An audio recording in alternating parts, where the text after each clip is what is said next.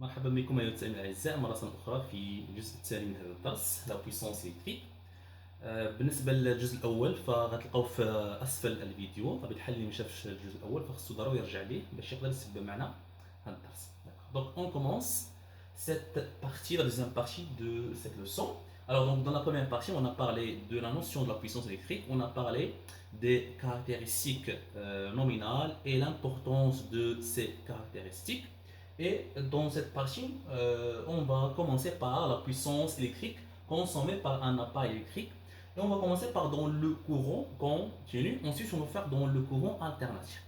Alors, donc lorsqu'on dit dans le courant continu, d'après ce que vous avez vu dans la première année collège, alors le courant continu, il y en a des pôles, des générateurs qui produisent du courant électrique continu qu'on le symbolise par les deux lettres DC, ou bien on trouve le symbole suivant égal, d'accord. Alors le courant continu, ça veut dire donc qu'il a un seul sens, toujours de la sens positive de la borne positive vers la borne négative, d'accord.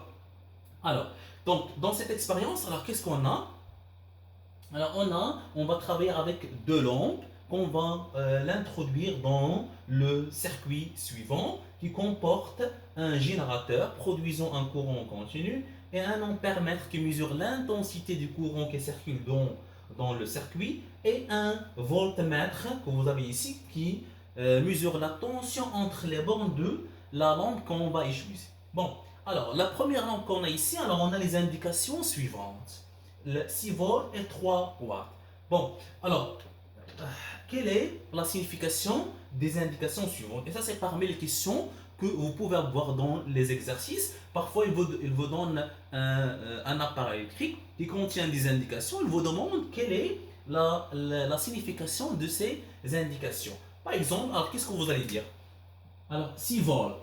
6 volts, c'est quoi? Le volt, c'est la tension. D'accord? Donc, on exprime la tension par le volt. Alors, donc 6 volts, c'est la tension. Mais quel type de tension? C'est ce qu'on appelle la tension nominale, ce qu'on a fait dans la première partie. La tension nominale, on a dit, c'est la tension indiquée par le fabricant qui a fabriqué cette lampe. Alors, qu'est-ce qu'on va écrire? On va écrire la tension électrique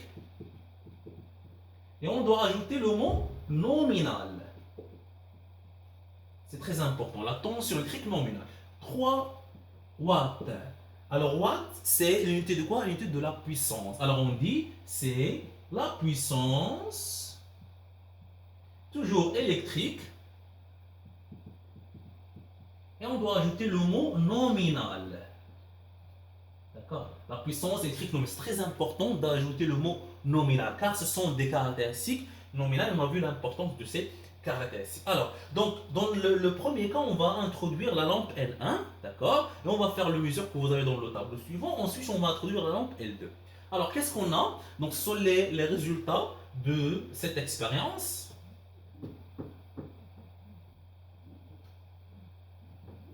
Alors, donc, les résultats de cette expérience, alors qu'est-ce qu'on a? La tension U.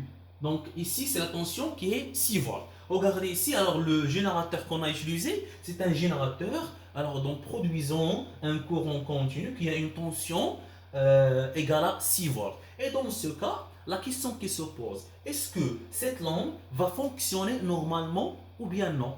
Qu'est-ce que vous allez comparer? Vous allez comparer la tension du générateur, la tension de la source d'alimentation et la tension nominale de cette lampe. Regardez, la tension nominale de cette lampe égale à quoi? Égale à 6 volts. Et la tension entre les bornes du générateur égale à 6 volts. Donc, on a une adaptation. Donc, on va dire que la lampe L1 va fonctionner normalement. La même chose pour la lampe L2, car la lampe L2 a une tension aussi nominale égale à 6 volts. Lorsqu'on va l'introduire ici avec ce générateur, il va aussi fonctionner d'une manière normale. Alors 6 volts c'est pour la lampe L1, 6 volts c'est pour la lampe L2. Maintenant, l'ampèremètre, qu'est-ce qu'il va faire? Il va nous mesurer l'intensité qui circule. Dans le premier cas, l'intensité qui circule, c'est égal à 0,49 ampères. C'est la tension qui circule lorsqu'on a introduit la lampe L1.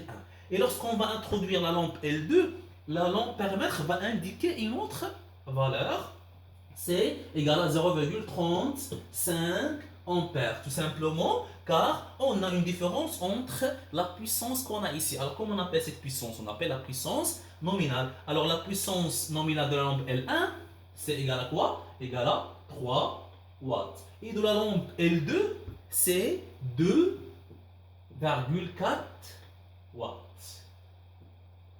D'accord?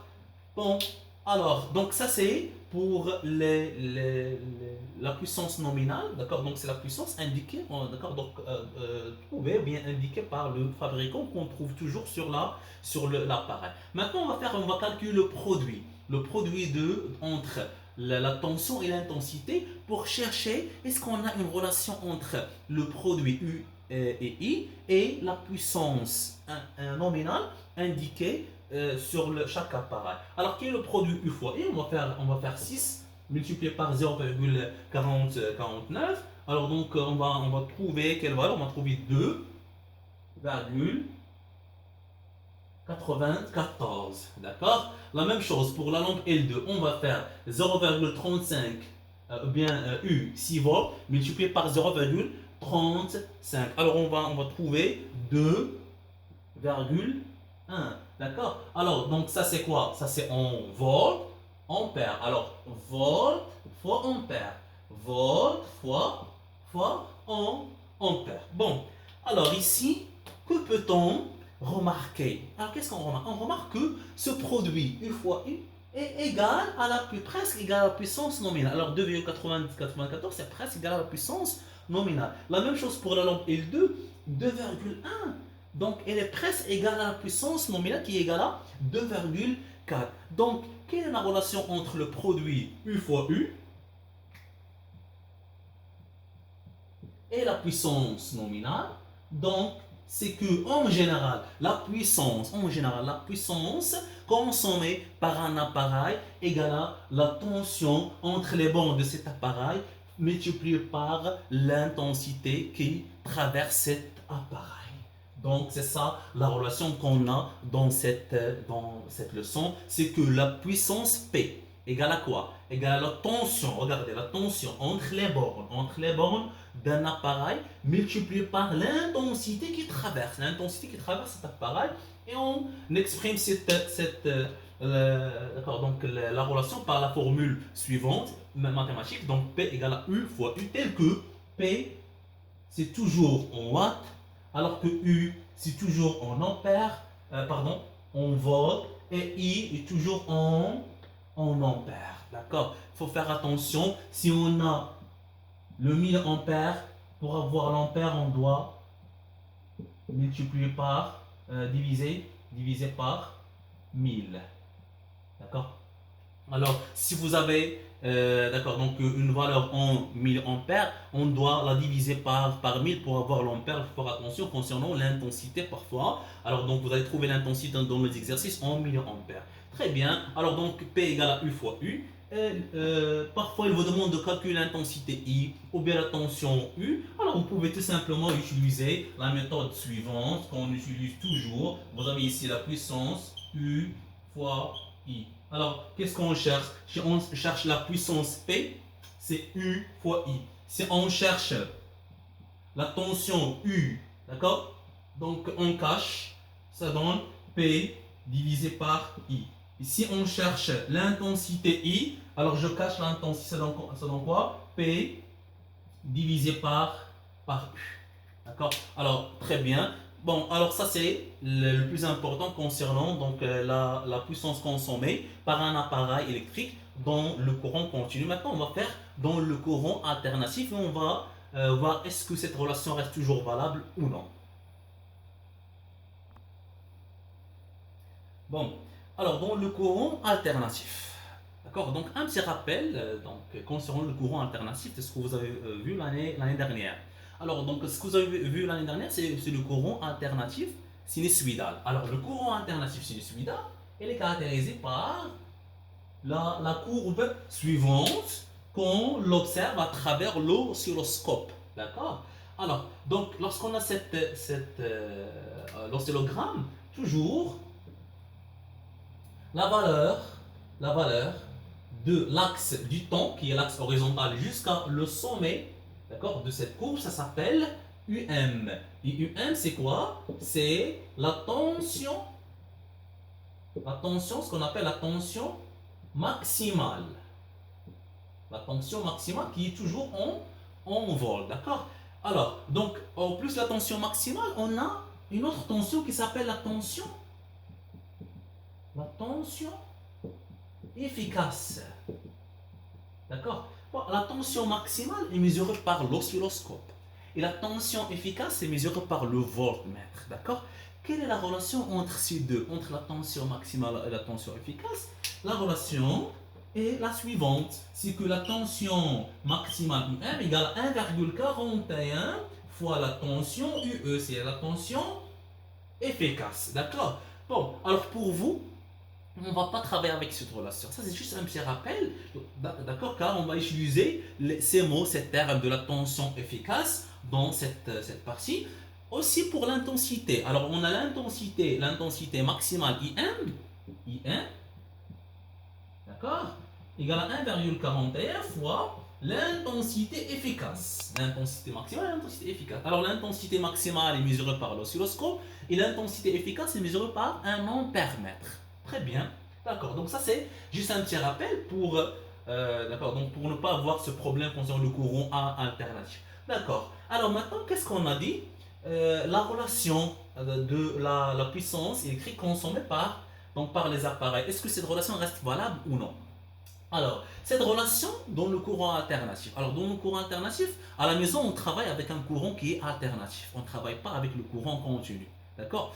Bon, alors qu'est-ce qu'on a? On a plusieurs types d'appareils. D'accord? Alors, le plus important de ces appareils sont les appareils de chauffage qui transforment l'énergie électrique en énergie thermique. Alors, cette relation reste valable pour les appareils qui convertissent l'énergie électrique en énergie thermique. Par exemple, le four, par exemple, le chauffe-eau, par exemple, le fer à repasser, d'accord? Et même aussi pour les lampes, d'accord? Donc, cette relation, elle est applicable ou bien reste toujours valable, d'accord? Donc, on peut considérer que cette relation reste toujours valable, même pour les lampes, car les lampes, elles transforment une partie de l'énergie électrique en énergie thermique sous forme de la chaleur. Très bien, d'accord? Bon, alors qu'est-ce qu'on a dit? Cette relation est toujours valable pour le courant alternatif. C'est-à-dire, donc vous n'allez pas chercher est-ce qu'on travaille dans le courant alternatif ou bien dans le courant continu.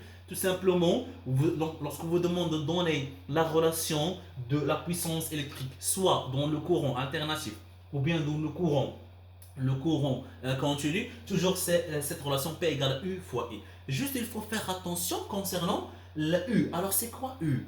Dans le courant alternatif, qu'est-ce qu'on a dit? On a dit qu'on a la tension maximale et on a la tension efficace. Avec U qu'on a ici, est-ce que c'est la tension maximale ou la tension efficace? Alors, c'est la tension efficace. D'accord? Et I qu'on a ici, c'est l'intensité, efficace. C'est-à-dire, si il vous demande dans une question de donner la définition de cette tension, c'est quel type de tension? Vous allez dire c'est la tension efficace. Et ça, c'est ce qu'il faut apprendre, il faut savoir. Et I, c'est l'intensité efficace. D'accord? C'est pas l'intensité maximale ou c'est pas la tension maximale dans le courant alternatif. C'est ça le plus important. Et cette relation, ça reste toujours valable. D'accord?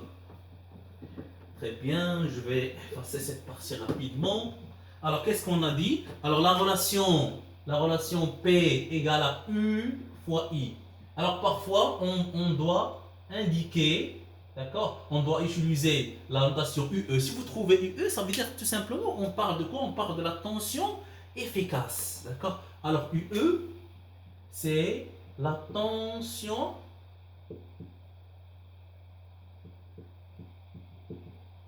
efficace. Et IE, c'est l'intensité.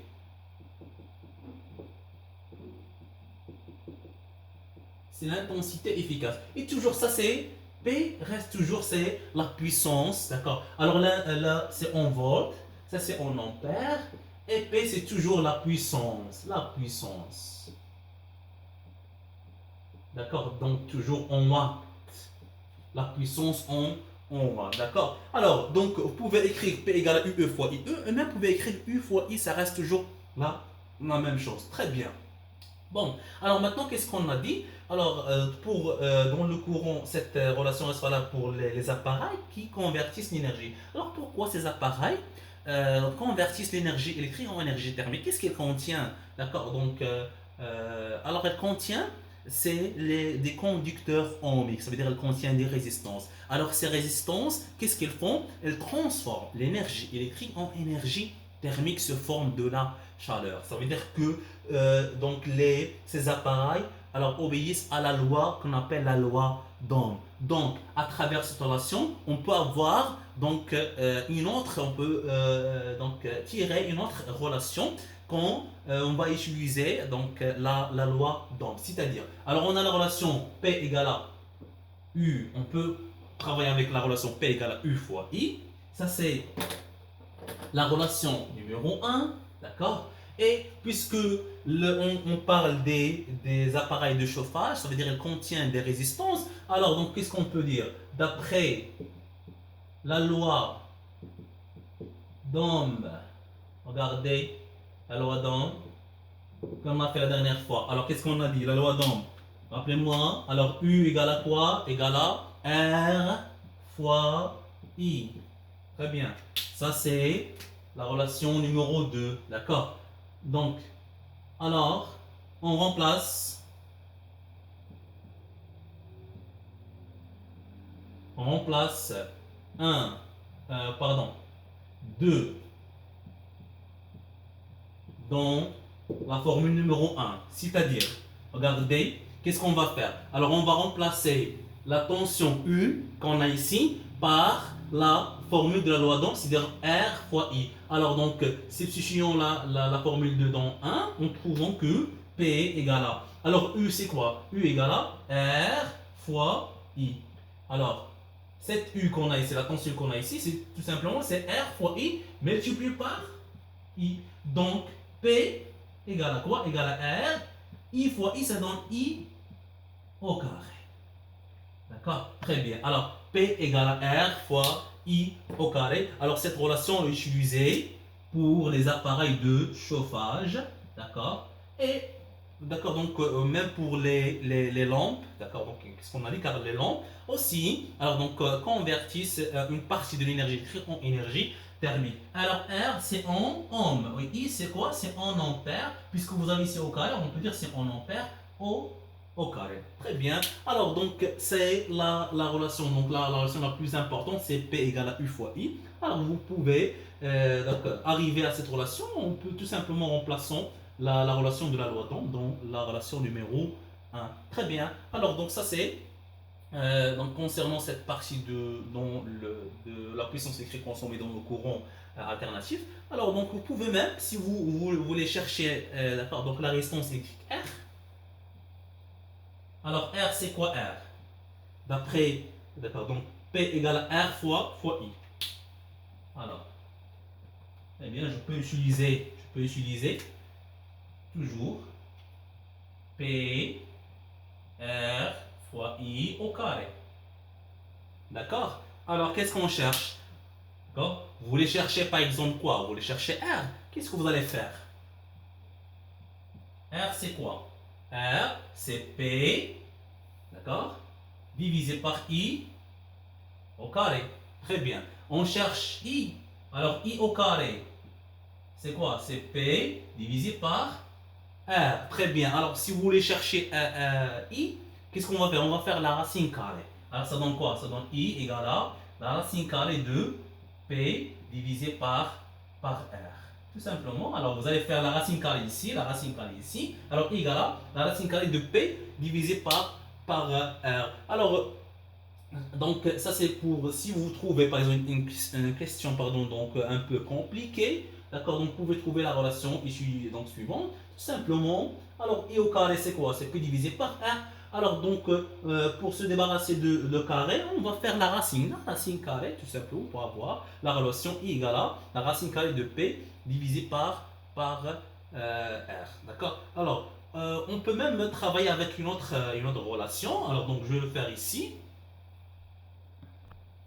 Bon, alors qu'est-ce qu'on a dit? On a la relation suivante, P égale à R fois I au carré. Donc vous pouvez utiliser ce triangle. Alors, P égale à, lorsqu'on cherche P, c'est R fois I au carré. Lorsqu'on cherche R c'est P divisé par I au carré. Lorsqu'on cherche I au carré, c'est P divisé par R. Alors on cherche I, tout simplement, on peut faire la racine carré, d'accord? Alors on a cette formule, on peut travailler avec celle-là, on peut même travailler avec cette formule. Alors on a une autre formule d'après donc la relation qu'on a ici. Alors on a P égale à R fois I au carré. Et d'après la loi d'Ohm, U égale à quoi? Égale à R fois I, n'est-ce pas? Alors, donc I égale à quoi? Égale à U divisé par R. Qu'est-ce qu'on va faire? Regardez, je vais remplacer I dans cette formule. Ça donne combien? Ça donne quoi, pardon? Alors R fois I, c'est I au carré. Alors c'est-à-dire donc je vais faire ici U sur R, le tout au carré. Car, d'accord, donc je vais remplacer I par U sur R. Mais au carré, le tout au carré. Alors ça donne quoi? Ça donne R fois U au carré sur R au carré. D'accord? Alors donc je peux simplifier par ici, ça donne quoi? Ça donne U au carré divisé par R. Très bien. Alors vous pouvez utiliser la relation P égale à U au carré divisé par R.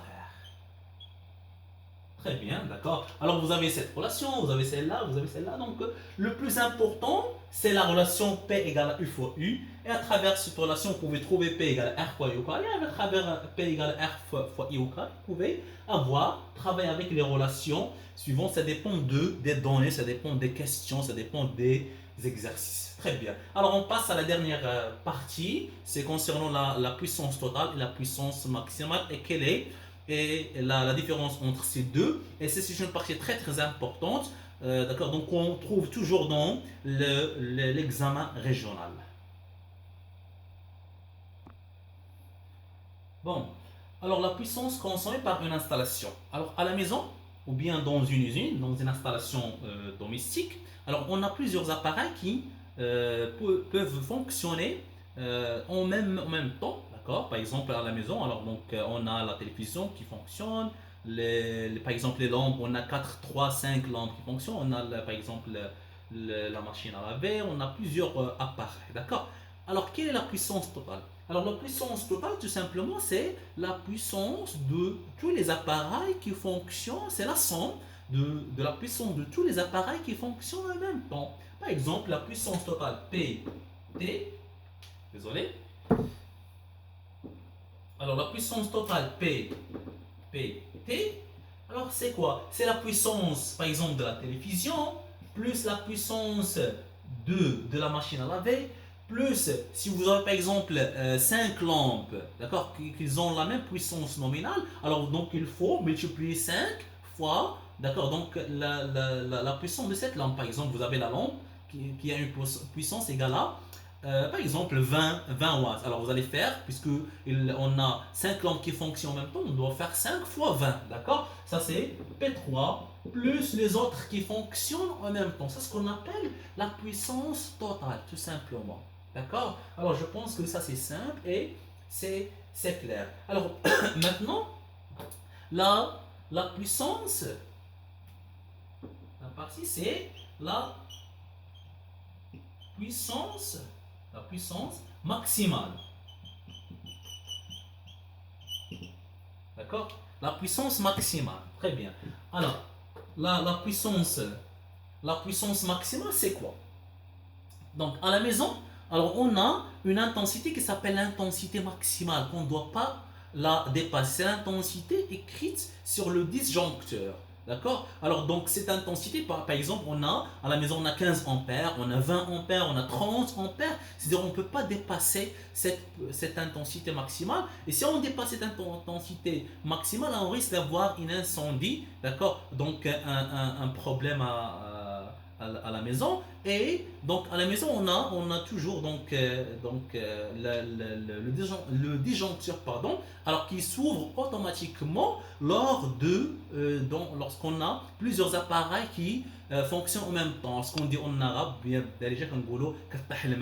d'accord. Alors ça veut dire quoi? Ça veut dire donc on a dépassé une intensité maximale ou bien ce qu'on appelle, on a dépassé une puissance maximale. Alors cette puissance maximale est calculée par la relation suivante. La puissance max, c'est quoi? C'est la tension U à la maison, 220, 240, d'accord? Multiplié par quoi? Multiplié par l'intensité maximale. D'accord? Alors, cette intensité maximale, on a dit que cette intensité est indiquée sur le disjoncteur. D'accord? Très bien. Alors, maintenant, quand est-ce qu'on va savoir, est-ce que le disjoncteur coupe automatiquement le courant ou non? Et ça, si vous allez trouver parmi les questions. Parfois, il vous demande de savoir est-ce que le disjoncteur va couper automatiquement le courant ou non. Alors, dans ce cas, qu'est-ce qu'on va faire? Alors, on doit calculer la puissance totale, c'est-à-dire la puissance de tous les appareils qui fonctionnent en même temps à la maison. Donc, à titre d'exemple, alors vous avez plusieurs appareils qui fonctionnent en même temps. Alors, vous avez un four, vous avez le fer à repasser, vous avez 5 lampes, vous avez la télévision, vous avez la machine à laver. Qu'est-ce que vous allez faire? Vous allez calculer la somme. D'accord? Je vous donne un exemple. Alors, on calcule quoi? La puissance totale. Alors, donc un exemple, alors vous avez par exemple le fer à repasser qui a une puissance égale à 1500 watts. D'accord? Alors, plus 100 watts. D'accord? Donc de la télévision. D'accord? Plus par exemple 200 watts du congélateur. D'accord? Plus vous avez 5 lampes et chaque lampe a une puissance égale à 10 watts, d'accord? Alors 5 fois 10, ça donne 50 watts. Et on fait la somme, d'accord? Alors 1500 plus 100, ça donne 1600. Alors donc 1850. Alors 1850 watts. Ça, c'est la puissance totale de tous les appareils qui fonctionnent en même temps. Exemple. Alors, maintenant, qu'est-ce que vous allez faire? Vous allez calculer la puissance maximale. Alors, la puissance maximale, vous allez trouver toujours que la tension U, c'est toujours 220 volts, ou bien 230, ou bien 240. Et l'intensité maximale est indiquée par le disjoncteur. Alors, vous allez trouver ça, c'est parmi les données. D'accord? Exemple, alors je vous donne 20 ampères. Alors, ça donne combien? Ça donne 4400 watts. Alors, regardez, ça c'est quoi? La puissance, d'accord? Donc la puissance maximale, c'est égale à 4400 watts et la puissance totale égale à 1850. Maintenant, qu'est-ce qu'on va faire? On va comparer entre la puissance maximale et la puissance totale. Alors, qu'est-ce qu'on va dire? Alors, si la puissance, alors ici, la puissance totale est inférieure à la puissance maximale, d'accord? Alors, dans ce cas, qu'est-ce qu'on a? Est-ce qu'on aura une rupture de l'intensité ou bien du courant, pardon, électrique dans la maison? Non, tout simplement. Alors, donc, le disjoncteur donc, ne va pas couper automatiquement le courant électrique car la puissance totale est toujours inférieure à la puissance maximale. On n'a pas dépassé la puissance maximale. D'accord? Donc, si P total est supérieur à la puissance maximale, alors dans ce cas, qu'est-ce qu'il va faire le disjoncteur? Il va couper automatiquement en raison donc le courant électrique, en raison de ses sécurités et pour éviter un problème de l'incendie par exemple. La même chose, donc si vous avez P total égal à P max, alors donc on n'aura pas un problème. Toujours lorsque la puissance totale dépasse la puissance maximale, alors dans ce cas, on aura un problème. D'accord? Bon, alors donc je pense qu'on a terminé cette leçon. J'espère que vous avez bien compris. D'accord? Bon, كنتمنى نكون فدتكم في هذا الدرس هذا. حاولت نطول شويه ولكن حاولت نعطي بجميع المعطيات اللي ممكن تلقاوها في الثمانين في الامتحان المحلي باش مباشره اللي شاف هذا الدرس هذا يقدر مباشره يتعامل مع اي تمرين كيتعطى. دونك كما شافت الاشاره دائما على لاشين ما تنساوش تابونا وما تنساوش يعني تتبعوا لي فيديوهات الاجزاء اللي سبقات باش تقدروا تكونوا معنا. وان شاء الله الدرس اللي جاي هو الانرجي الكتريك غنديرها كذلك بالعربيه وبالفرنسيه ودائما غتلقاوها على لاشين ديالي ان شاء الله.